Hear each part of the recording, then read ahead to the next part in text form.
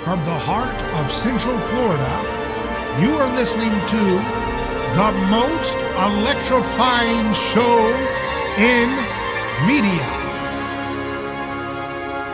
A Neighbor's Choice.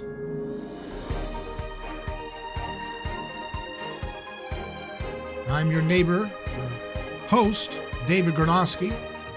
I'm so glad that we could join together. Once again, fired up, ready to put our thinking caps on and learn new things. Learn new things about the universe, learn new things about our minds, our bodies, our freedom, and what we can do to have a better life for everyone around us, to improve ourselves, to grow, to cultivate our choices into wiser and more discerning directions. That's what this program's about. You can go to a lot of myriad of programs where there's blame games and circus games about how awful this politician is or how awful that party is. And that's just the same old witch hunt attitude that has long plagued media since the days of mythology. I mean, what, you think Oedipus Rex really deserved the blame for the destruction of Thebes? Of course not. That's fake news, but that's the nature of media. It's all about trying to congeal communities around scapegoats that you can pin on all the blame and shame and then say, problem solved. The good guys won. That's the cheap little veneer of a lot of unfortunate practices in society today. But on A Neighbor's Choice, we go behind that and we get into the real meat of the matter and we get into the truth and we try to pursue it wherever it goes, even if it means shaking some of the sacred cows of consensus that we're supposed to just be in awe of.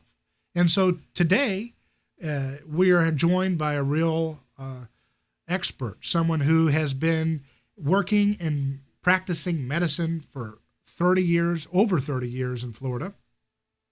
She is Dr. Mary Newport. How you doing? I'm doing great. Thank you for having me on, David. Well, it's great to hear from you. I've heard very good things from a friend of the program, Dr. Thomas Seyfried of Boston College. He spoke very highly of you, and so wanted to have you on myself. Yeah, I know him very well. Now, your field of medicine, tell people a little bit about your background in medicine. Yeah, so I am a neonatologist, and that is a doctor who practices newborn intensive care. So I was the director of two newborn intensive care units in Florida, practiced that for 30 years. Now I do home visits with adults. It's very interesting. It's people that have chronic diseases, often diabetes and all the complications related to that, heart disease, high blood pressure, so I'm practicing at the opposite end of the spectrum now. I get to do that part-time, and I travel a lot of the time to talk about the subject we're going to talk about today. Yeah, and you're the author of the book, The Complete Book of Ketones, a practical guide to ketogenic diets and ketone supplements, which was published in February of last year. Right. So first of all, let's start at the basics. I started doing a keto lifestyle in about 2004. Mm-hmm. And so I've been working on this for a while, getting it right, getting it wrong. But then in recent, almost 2 years now, I've been dabbling more with a nose-to-tail carnivore variation. I was shocked when I found out that you could get vitamin C in things like beef liver and kidney. And then I started trying these things and realizing they're not so bad if you learn how to cook them in a nice way. People used to routinely eat organ meats. Yeah. Even I remember when I first met my husband, they would have cows, and they would eat the heart and the tongue, and they ate many other parts of the cow that most people aren't eating these days. But it's surprising to me that there's becoming more and more evidence in the mainstream that the keto way of living may be the best and could be the basis for a lot of health revolutions in the near horizon. Yes, I agree with you on that. So, Dr. Newport, I want to get into some of the basics here for our listeners. First of all, what is, let's start with this. What is ketones? Because that's the the word for, they shorten it to keto, which is when you eat in a ketogenic way. So what is a ketone? A ketone, it is basically, it's a type of fuel that we can use in our bodies. And when you're eating a ketogenic diet, you tend to be eating less carbohydrate, less sugar, and more healthy fats. And this mimics fasting or starvation, what happens in our bodies. So when you fast or starve, which our ancestors did, off and on, they often didn't have enough food, you start breaking down fat, and this helps preserve muscle. If we didn't have fat, we would be breaking down muscle very quickly to convert it to glucose for fuel, and we would last maybe a week. We would become so weak from doing that we really wouldn't live very long. But fortunately, humans tend to pack on fat when we have enough food to eat, and can store a tremendous amount of calories, basically a tremendous amount of fuel. And so as you're fasting or starving, after as little really as 12 hours or so, you use up the glucose that's stored in your liver, and you start breaking down fat, and this releases fatty acids, which can be used by the heart, muscles, liver, other organs, but they don't cross easily into the brain. So the brain needs another source of fuel. And when some of these fatty acids go to the liver, they're converted to ketones. They're much tinier particles, even smaller than glucose, and they easily cross the blood-brain barrier, and they're taken up. They enter the same chemical pathway that glucose does. It acts as a fuel to make ATP, which is the energy molecule that is needed for all of our cells to function normally, to carry out their functions. So ketones are considered an alternative fuel to glucose. And if you're eating a ketogenic diet, you're burning fat more than you're burning glucose, and you tend to produce ketones consistently. So you have this special fuel readily available, and the brain loves it, the heart loves it, muscles love it. So it's really an ideal fuel. So to be clear, are ketones a kind of fat, or they're different from they're Well, they come directly from fat. So when fat is broken down into smaller particles, basically smaller molecules, it's ketones. They break down into ketones in the liver. So it's from fat, basically. It's not exactly a fat per se, but it comes from burning fat, basically. Is it a building block for fat?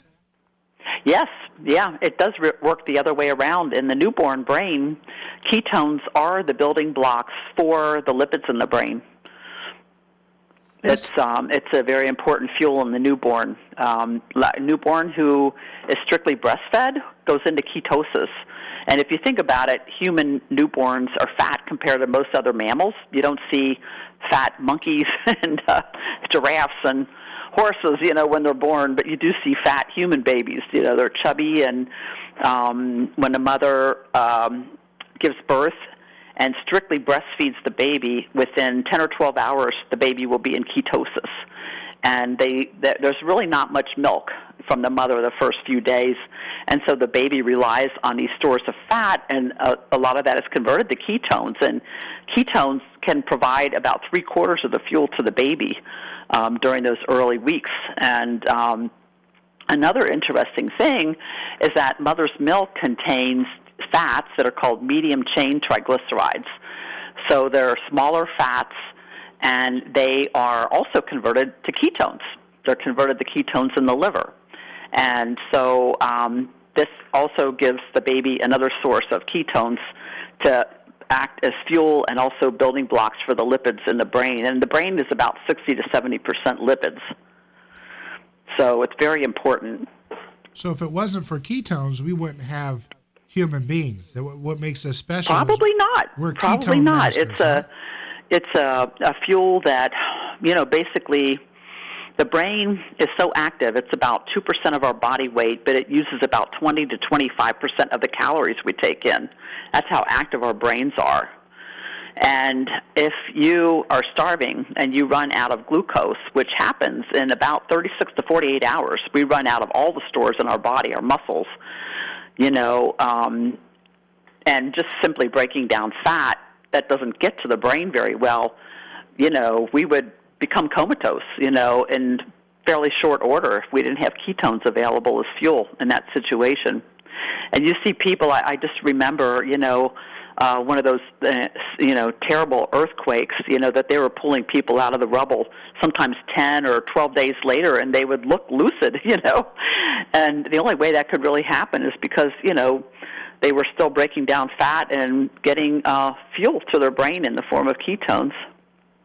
Do other mammals get into ketosis as like humans? Or yeah, most of them do. Most of them do. It's a little bit different for different types of animals, but humans, because our brains are so proportionately big, we need this massive source of fuel coming in that many other animals don't need quite so much as we do to survive. We're talking with Dr. Mary Newport, the author of The Complete Book of Ketones. We'll continue to unpack what ketosis is all about and what it means for diseases, some of the chronic diseases and acute diseases. We'll talk in just a moment, live here on A Neighbor's Choice. Don't miss it.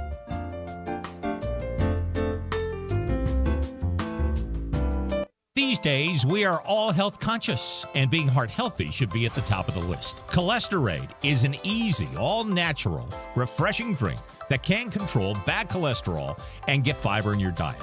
Cholesterol was developed by the inventor of Gatorade, Dr. J. Robert Cade. Studies show improved numbers in bad cholesterol without prescription drugs.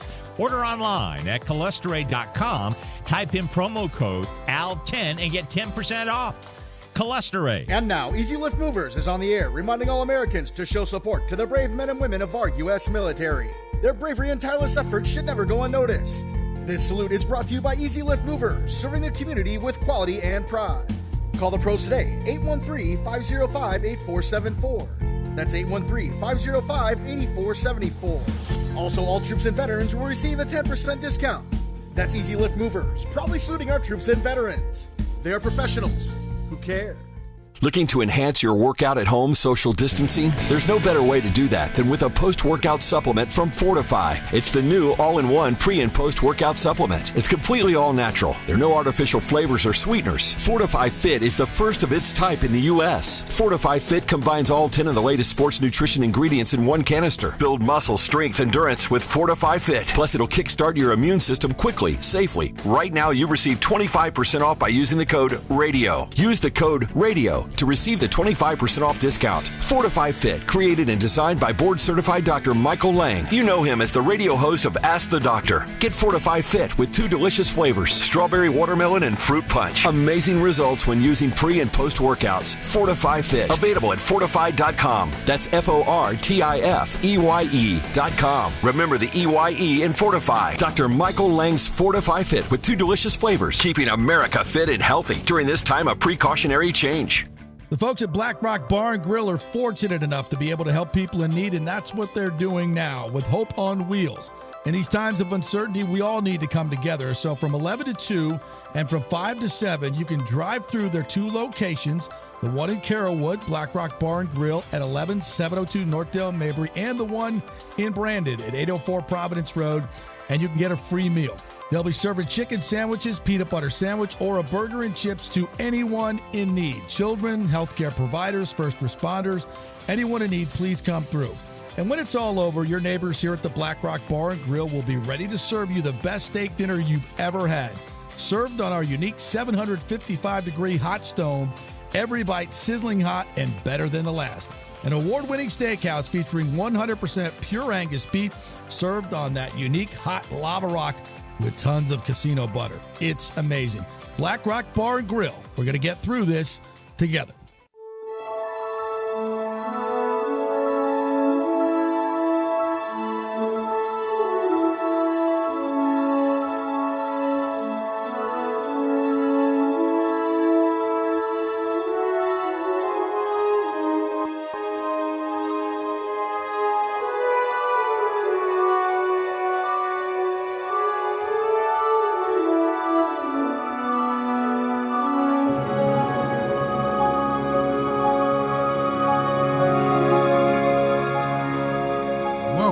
to A Neighbor's Choice. What a beautiful world we have. No matter what the little nonsense people want to play in politics, there's so many things to be thankful for. So many people that when we think back have helped us achieve so much in our lives. And what's wonderful about moments when we get to pause and change our dynamic, change up our routine, is we get to have more times to reflect on what we can do to give back, what we can do to be good role models. And one of the primary ways we can do that is in the world of nutrition, in the world of our health, and the kind of medicine future that we can leave for generations after us. I'm David Gornoski. You're listening to A Neighbor's Choice, and we're speaking with Dr. Mary Newport, who's a practitioner of medicine for over 30 years here in Florida.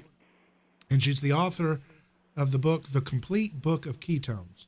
So we discussed that there are two primary fuels for our bodies. We have glucose, which we're all more familiar with probably, and then we have ketones, right? Right. So which does our body prefer? You know, when I think about fuel, like a car, maybe there's a type of fuel that the car prefers that it runs best on. Does our body have a it kind of depends on what the body's doing, but if there are studies showing that in the brain, if glucose and ketones are both available, the brain appears to prefer ketones, which is quite interesting. They're smaller molecules that get into the brain, easily, and when both are there together, they've done glucose and ketone PET scans, and they can see that the ketones are taken up preferentially into most parts of the brain. I wanted to share with you how I got interested in ketones. Sure. Okay, so the thing I talk about most is ketones as an alternative fuel for the brain. And my husband, Steve, had early onset Alzheimer's disease. He was diagnosed in 2004, right around the time you said you were getting started with the ketogenic diet. And by 2008, he was going downhill really fast. He was an accountant, and at this point, he can no longer use a computer, a calculator, add 1 + 1 = 2. It was just horrible. And so we were looking for clinical trials, and I was looking online about the risks and benefits of two clinical trials he was going to try out for, and I came upon a press release, and it was for a medical food that actually improved the memory and cognition of half of the people with Alzheimer's that took it. And you never hear that about Alzheimer's drugs. So I learned that it was medium-chain triglyceride oil, MCT oil, which is extracted from coconut oil. And I learned, we talked earlier how these MCTs are in breast milk, for the newborn. And we used to use MCT oil. We used to add it to the feedings of our tiniest preemies to help them grow faster, and they would get home faster. And now it's basically coconut oil and medium-chain triglycerides are in nearly all infant formulas in the world. Even today, it's really amazing because of how important they are to the developing brain. But they're important to somebody with Alzheimer's too, because Alzheimer's is a type of diabetes of the brain. There's a problem getting sugar into cells in the brain due to insulin resistance. It's sometimes called type 3 diabetes. And the really cool thing about ketones is that in Alzheimer's, ketones are taken up normally, even in those affected areas in the brain. So it can bypass that problem, and that's exactly what happened with Steve. He was trying out for 2 clinical trials 2 days in a row, and I learned this the night before the first trial, and he did poorly. And then I learned everything I could about coconut oil, and I figured out how much I needed to give him to give the equivalent of what they were giving as a medical food. And he had a remarkable improvement. He gained 4 points on a test, and he actually qualified for the second test. And then he went on to have a lot of improvement, physical symptoms, much more alert. He could finish sentences. He started being able to do things again, and he steadily improved for nearly a year. And then he leveled off for a couple of other years. And then I had developed contacts with the NIH, and there was a ketone ester, one of the ketone supplements I talk about in my book. And the ketone ester can instantly raise ketone levels to levels that you would have in starvation after 7 or 10 days. And this, you can get levels like that in 30 minutes. So Steve was a clinical trial of one person, the very first person ever to do a clinical trial with the ketone ester for Alzheimer's, and it turned him around. He was having a setback, and it held him for another 20 months, and he was really quite advanced at the point we started this, but he ended up surviving most likely longer and better. We probably had almost 4 years of better quality life, and we did lose him to Alzheimer's in 2016. But, I talk about it everywhere I go, all around the world, because if people can do this for prevention, a ketogenic type of diet, do other things to increase ketones, and, before they get Alzheimer's disease, and if they're in the earlier stages, they could do even potentially much better, than my husband did, and maybe slow it down. I've heard from many people back about this, and there's some people that improved and they've been stable now for a number of years. Simply eating better, eating a more ketogenic kind of diet, and incorporating coconut and MCT oil into the diet. And now ketone supplements are available where you can actually take the ketone as a ketone salt or a ketone ester. Those are out on the market that people can get, and a lot of people are doing this for their health. Now, can people eat the normal massive amount of carbs that the average person eat and still take the ketone supplement and get benefit, or does it work that way?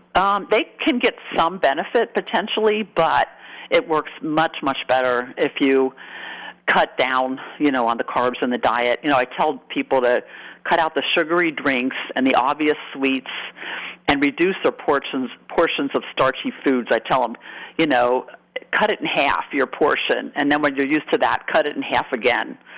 And try to make, if you're going to eat anything, rice or bread, make it whole grain and very small portions.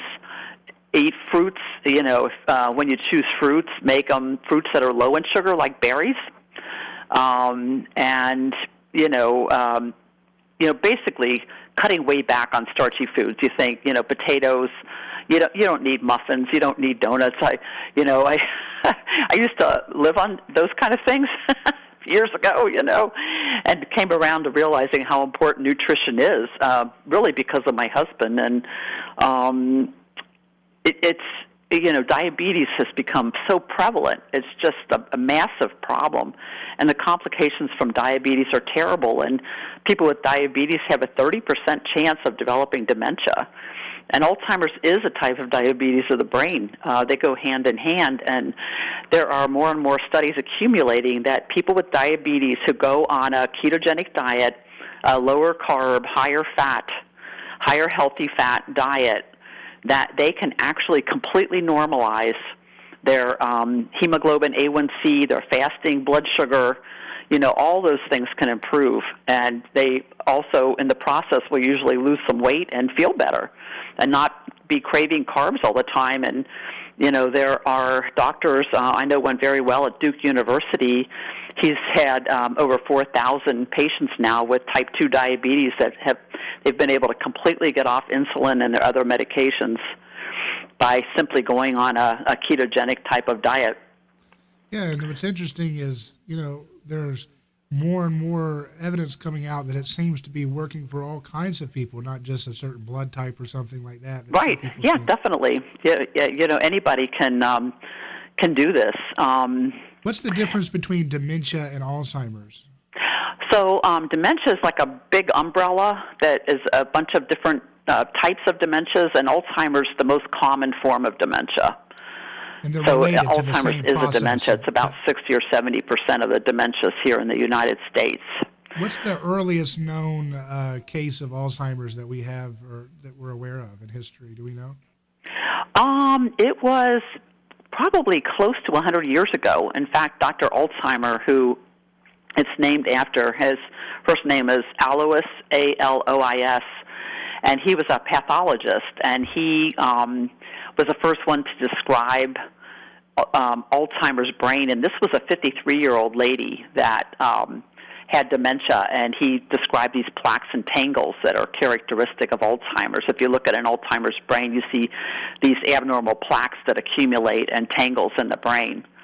So that's what we call Alzheimer's disease. But it turns out that there are other types of dementias that have other types of protein that form plaques, and there's a lot of overlap. Some people have more than one type. My husband, he donated his brain and for research, and we found out that he had Alzheimer's was his basic problem, but he also had another type of dementia called Lewy body dementia, which is very much like Parkinson's disease. Wow. A lot of symptoms, and that jived with the kind of symptoms we were seeing in the later years. So has Alzheimer's been a prevalent issue for humans thousands of years or not? I don't know. I don't know about thousands of years. An interesting thing, though, that Spanish flu that we're hearing a lot about these days, there was a huge increase in Parkinson's disease in people that had the Spanish flu back in 1918. And it also seems to be increasing along with Alzheimer's. There are, I believe in the U.S., something like 750,000 people with Parkinson's, and there are about 5.4 million with Alzheimer's disease. And so what is, in your best understanding, the case or the cause of Alzheimer's? They still cannot tell us. I go to the Alzheimer's conference or international conference every summer, and they still cannot tell us what causes Alzheimer's disease, though there's kind of a new push.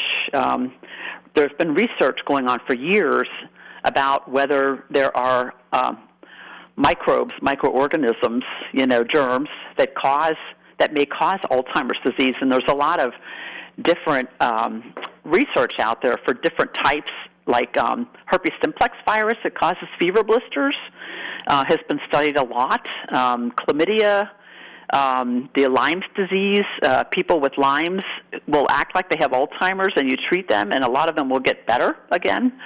And so, there are a number of different organisms that are thought to either possibly even cause, but at least trigger and maybe accelerate the progress of Alzheimer's, make it worse faster. So there's a doctor who worked for the CDC for years. He's retired from that, Dr. Leslie Norens, and he has a website. It's called alzgerm, alzgerm.org, and he is convinced that Alzheimer's is an epidemic, that there is microorganism causing it. It's been on the increase. It's been spreading and increasing throughout the world. It's, we're in the middle of a pandemic now with a bug that's super contagious, acts very quickly, but, there are also slow. I think of Alzheimer's could be a slow pandemic, It's been, gradually increasing, over the last about 50 years or so. It's expected to continue it's expected to triple by the year 2050, the number of cases. And it's been spreading throughout the world. And Dr. Norens, he's like, if it's not caused by a microorganism, what the heck would be causing it, It's not contagious, huh? Probably not contagious.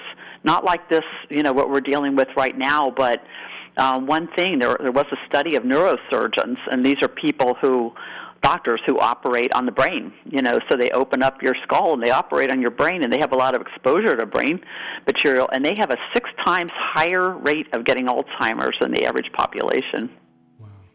So that kind of suggests that there could be some contagion there, that it may be a slow virus or a slow organism, that unfolds as you age, and maybe, as we get to be elderly, very informative. Our immune system doesn't work as well, so we can't deal with organisms in our brain as well as when we were younger. Yeah, we're speaking with Dr. Mary Newport, and she's the author of the complete book of ketones. You've heard about keto, but this is the real meat of the matter of this subject. Mm-hmm. So we're going to unpack this when we continue with a short break, live here on A Neighbor's Choice. I'm David Gornoski, your host. We're speaking with Dr. Mary Newport. We'll be right back.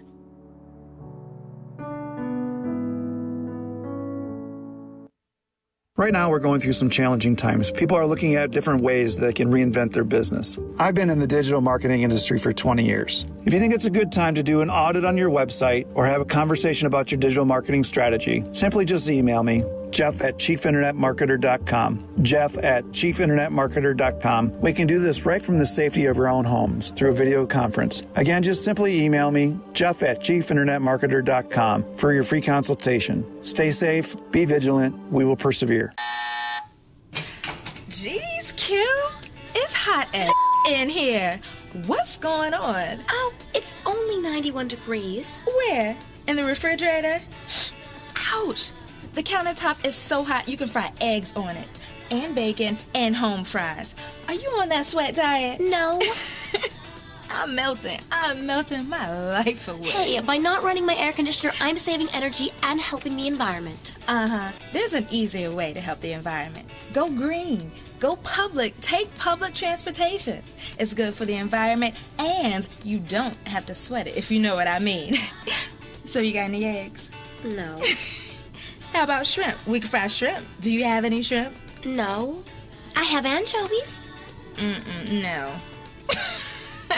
A message from the public transportation systems across the country. To learn more, visit publictransportation.org. Nobody wants to get ripped off, broken into, or robbed, but nobody wants to pay a lot of money to have their home protected either. I've got an offer to tell you about to provide home security for your home. For less than $1 a day with no other costs, you can get your home secured. Plus, get a lifetime equipment replacement warranty. You need protection for your home. Call the Home Security Hotline right now. 800-361-3491. Again, that's 800-361-3491.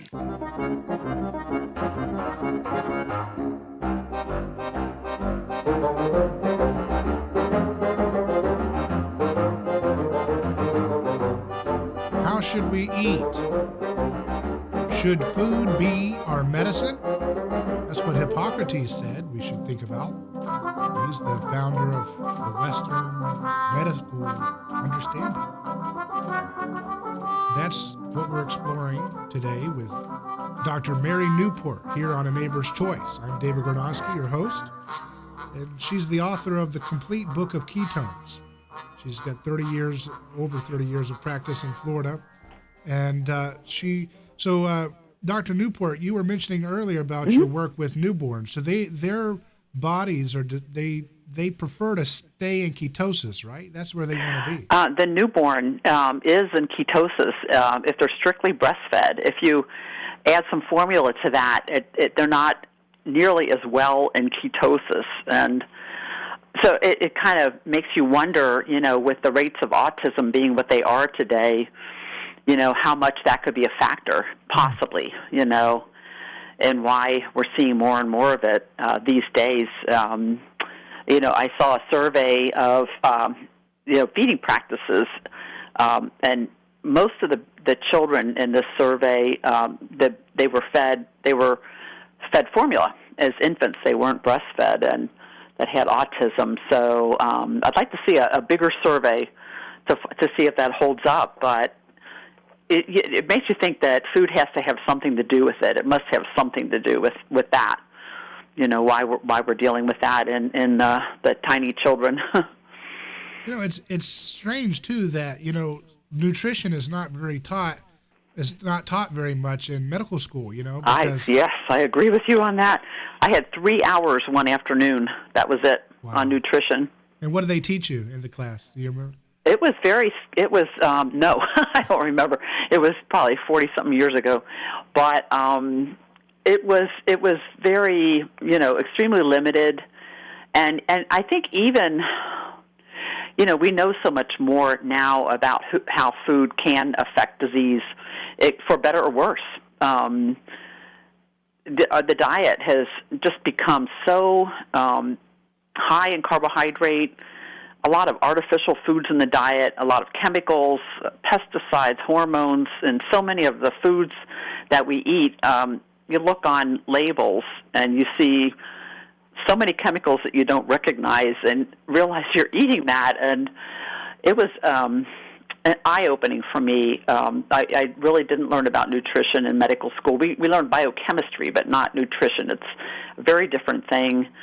And, my husband having Alzheimer's, I just happened upon an article. This was around 2006, and it was on the Mediterranean diet and Alzheimer's. And what they said was that when they studied this, that the people with Alzheimer's who were on the most Mediterranean-like diet lived on average 4 years longer than the people who were on the least Mediterranean diet. And I thought, what? Nutrition could have something to do with this, So I really started intensively studying nutrition, or got my hand on every book I could about nutrition, and even things like the Dietary Guidelines for Americans, which they publish every 5 years or so. Read that very carefully to find out what the research was, so we completely switched over from what I call the convenience food diet to the Mediterranean diet back in 2006. And so, basically got rid of all the white flour, refined sugar, those types of things. And we effectively greatly reduced the amount of carbohydrate in our diet at that point. Much more vegetables, different colors of vegetables, cooking at home, not eating out. We were constantly eating out and eating at, fast food places and that type of thing, before that. And really completely revamped our diet, and both of us benefited from it. I ended up losing a lot of weight and just feeling better, not craving carbs all the time. When you eat carbs, you want more.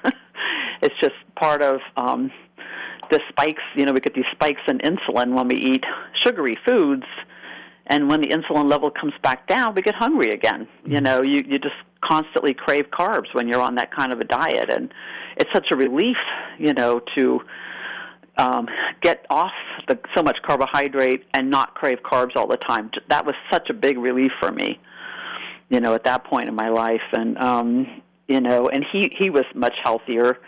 He felt better too. He was in the earlier, more moderate stage at that point. But for him, unfortunately, Alzheimer's just ravages on, and he did continue to get worse even though we had switched to the Mediterranean diet. But then, as I said earlier, when the coconut and MCT oil came along and we added that to his diet, he just turned around. He turned around, and we ended up getting a few extra good years, which was just amazing. And so food has a lot to do with diseases like this, and diabetes especially. So many diabetics, and people could really turn that around. They could avoid a lot of complications.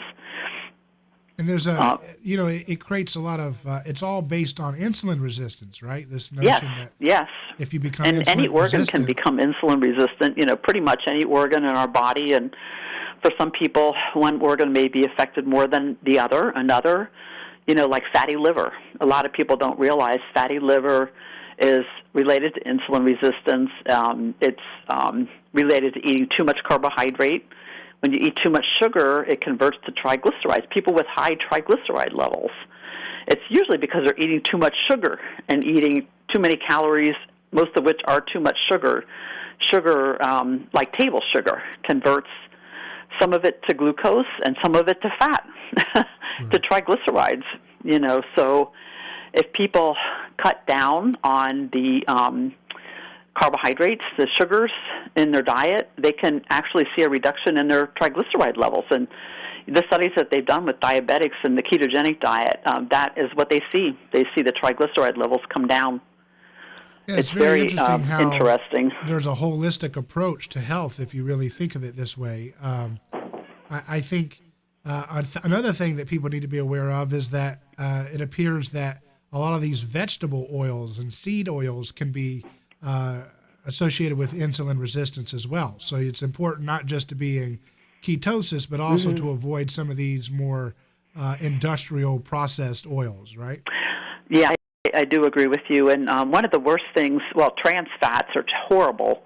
And luckily, finally the FDA is getting around to phasing them out.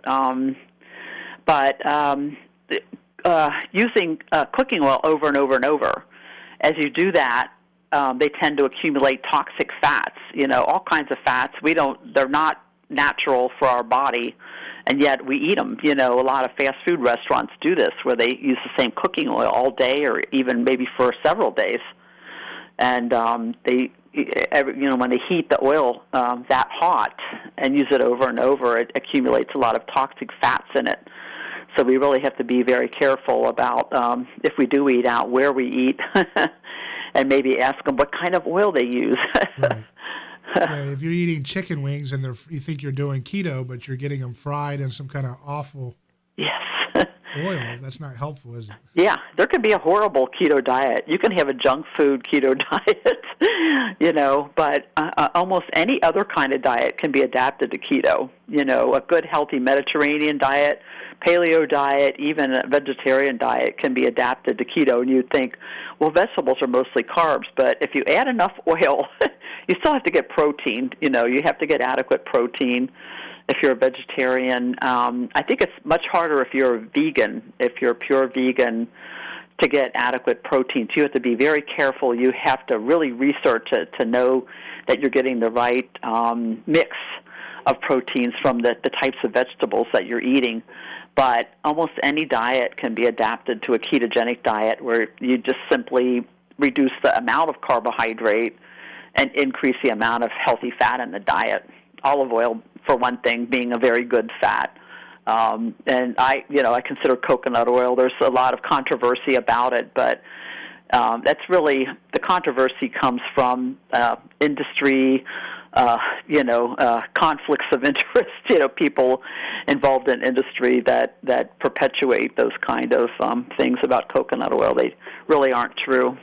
We're speaking with Dr. Mary Newport, author of The Complete Book of Ketones. You're listening to A Neighbor's Choice. Up next, we'll find out some of the other future applications of keto as it pertains to certain illnesses, other illnesses. We've looked at Alzheimer's. Perhaps there's some other areas of promise that ketosis can provide if we investigate it properly.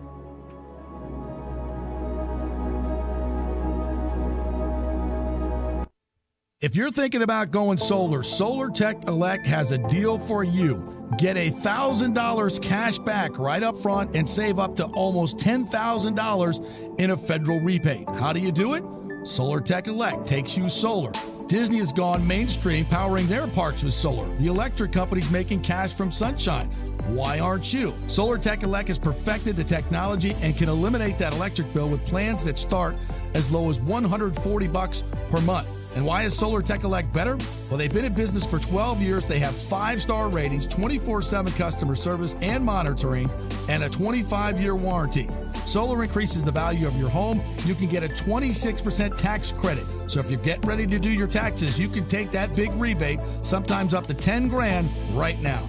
Give them a call at 888-727-1220. That's 888-727-1220. Set up a free estimate. That's Solar Tech Elect. 888-727-1220. More and more these days, you hear TV news reports like this. A tornado struck this morning, destroying at least 40 homes. Or this. The wildfires have already swept over 50,000 acres. Or this. Thousands have fled the area as the hurricane whipped across more than 80 miles of coastline. Natural disasters not only devastate people, but pets who get separated from their owners, as well as wildlife. What happens to these animals? Thousands of them are rescued and placed in caring homes and shelters, thanks to the NAV Sanctuary Fund, where 100% of donations are used to mend their broken bodies and make their shattered lives whole again. To learn more about the NAV Sanctuary Fund, the program that immediately delivers helpless animals from dire crisis, call 800-888-6287 or log on to navs.org. You can make an immediate difference. Log on to navs.org today. Recently, I've had a pretty hard time keeping up with the bills. The worst part is I can't make the house payments. So when the phone started to ring, I didn't pick it up. And notices were coming in the mail, too. Now I may lose my house, and I don't know what to do. If you're facing foreclosure, doing nothing only puts you deeper in the hole. Now's the time to dig yourself out. Call 1-888-995-HOPE today. That's 1-888-995-4673. Because nothing is worse than doing nothing. This foreclosure prevention message is brought to you by the CDC of Tampa, St. Petersburg Neighborhood Housing Services, NeighborWorks, and the Ad Council.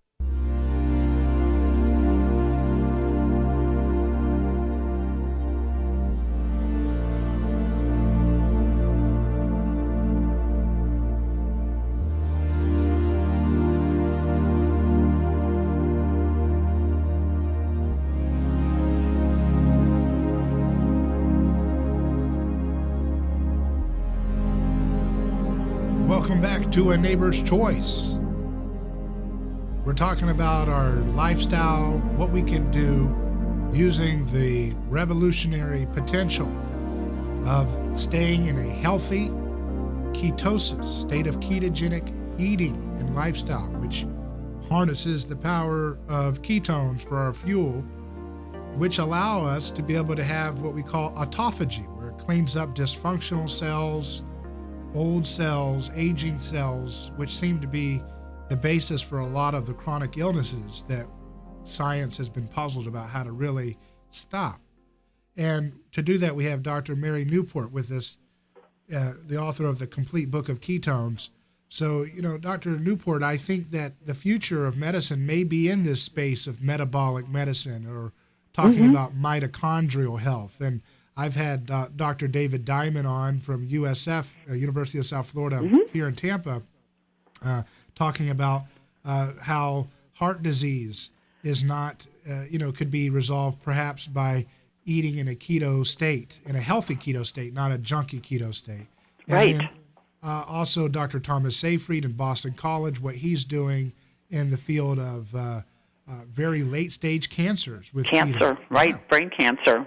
And then the other doctor that we can think about is Dr. Chris Palmer from Harvard, who is using it with his patients and his psychiatric work for depression and schizophrenia, bipolar disorder. I mean, so when you see that, and then you see what you mentioned too with diabetes and Alzheimer's, it's like, wait a second, hello. Yeah. I know. It's like, how can something that simple do so much for so many different conditions? And, I think it is because it's a very, very basic, very primitive fuel. It's been part of our evolution. It's been there, and it literally drives, all the functions of the cell require fuel. And that would be either glucose or ketones. And one of the other interesting thing about ketones is we're learning more and more lately, the last few years, that ketones are anti-inflammatory as well. Not only do they drive, these chemical reactions to make ATP, but they also drive other metabolic pathways and that help reduce inflammation. They increase the scavengers of free radicals in the brain. They, like you say, help clean out things that we don't really want to have there, so to speak. And so when you think about how many diseases have inflammation as part of that disease process, and we're talking all of the dementias, so inflammation is very prominent in Alzheimer's and Parkinson's in the brain. And arthritis, heart disease, people with high blood pressure have inflammation in the arteries often, that can lead to a heart attack. Lungs, people with asthma, chronic lung diseases, COPD, pulmonary fibrosis, they have inflammation in the lungs.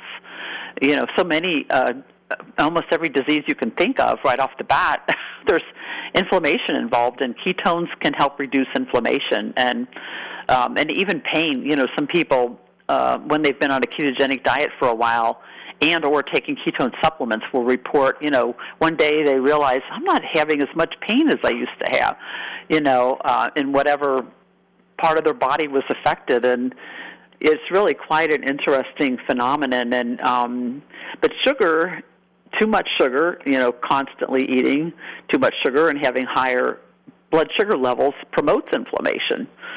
So, another good reason to cut down on the carbohydrates and increase the healthy fats and stay in at least mild nutritional ketosis as much as possible. What is inflammation?